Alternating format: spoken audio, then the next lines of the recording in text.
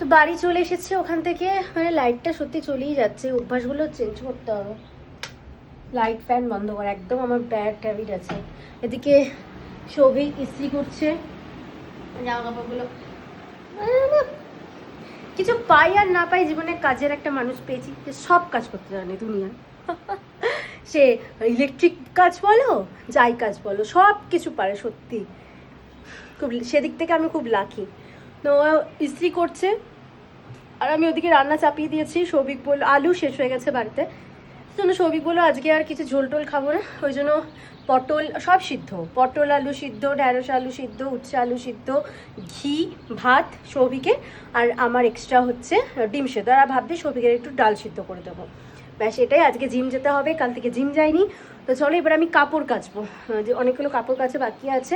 এখন তো দিদিকে আসতে মানা করে দিয়েছি এই মাসে, তো যেহেতু রুম চেঞ্জ করবো সেজন্য দিদিকে এই মাসে আসতে মানা করে দিয়েছি, সেজন্য আমাকেই কাচতে হবে। তো এবার কাপড়গুলো কাচবো।